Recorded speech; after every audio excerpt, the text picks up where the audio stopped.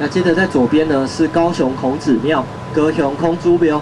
哦，这个孔庙是目前全台湾总占地最大的，有5公顷。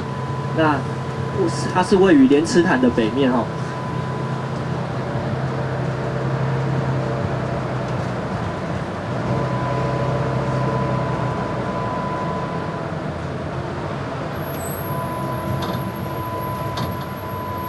那待会呢，鸭子船准备要那个冲下水了哈。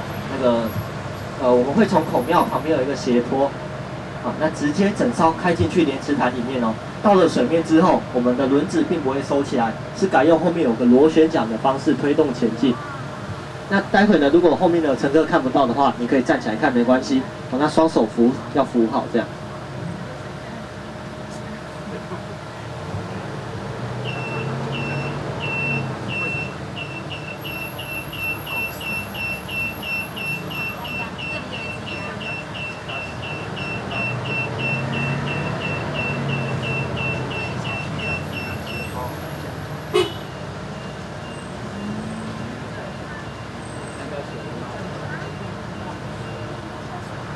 好，那我们现在准备要下水喽。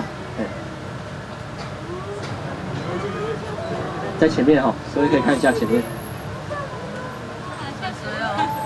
那我们现在下水喽。好，那我们现在已经在水面上了。今天的行程呢，就是绕莲池潭1圈，再从斜坡上岸。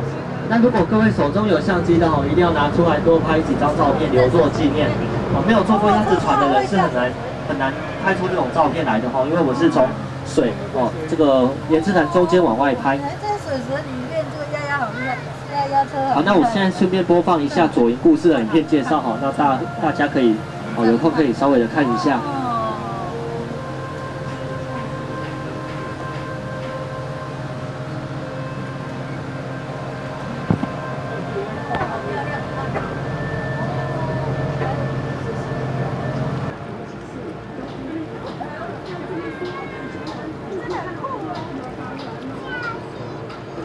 相机伸出去的时候拿好哦，掉下去捡不回来的。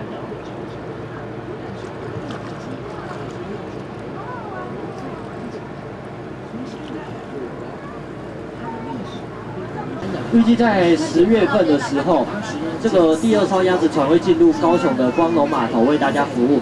那它的路线呢是从梦时代到光荣码头，再到駁二特区。也因为靠近海港哦，所以它那边的浪相对的也比较大一点。那车身做起来比较摇晃。想要追求刺激的人呢，去坐2号船就没错。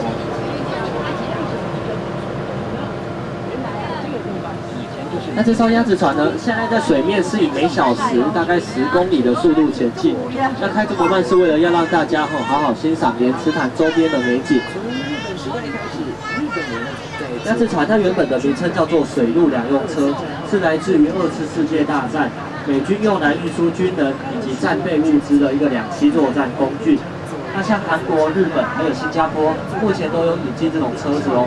除了提供观光休闲的用途之外，还具备了水灾救难的功能。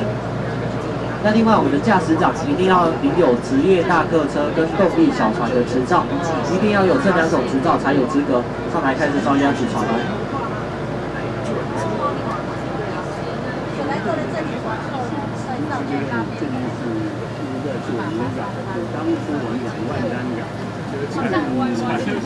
好，那左手边就是我第一个看到的景点叫做清水宫是一座庙宇绿色屋檐这个清水宫，在宫顶5楼上方有个神像叫做清水祖师清水祖师。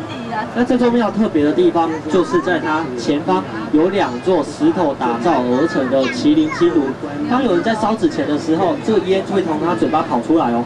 那远处看起来就好像2只麒麟在那边吞云吐雾一般，非常不具有诗意。也因为清水宫它本身呢是属于早期的建筑，里面都是采用块木颜色的设计，和一般现在金碧辉煌、五颜六色的现代庙宇是不太一样的哈。它给人家感觉就比较朴素一点。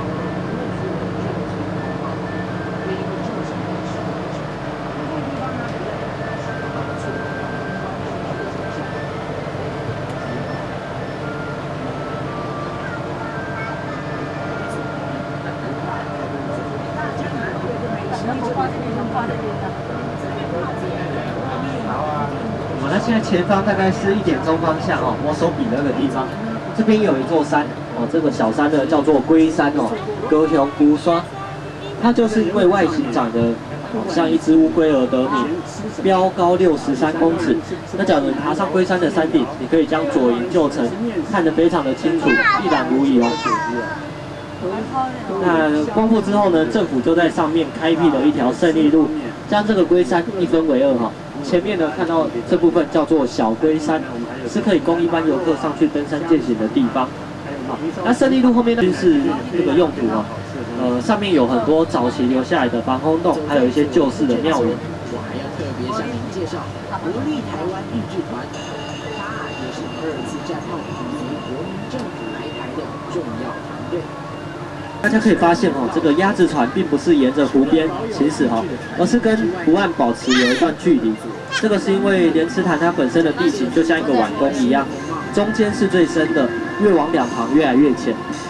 那还可以看到有这个湖面上都有一些浮球哦，浮球是给我们驾驶长判断水位的深浅。啊，浮球以外呢是比较浅的地方哦，那尽量鸭子船不会超过这个浮球以外，不然会搁浅哦，搁浅就会有危险性。先回去了。别担心了，想我的时候，高铁一下就要坐啦。哎呀，人家才不是担心你呢，这是因为高铁这么方便，人家才担心天天都要来。现在搭高铁进出高雄可以说是非常的便利。那莲池潭呢是位于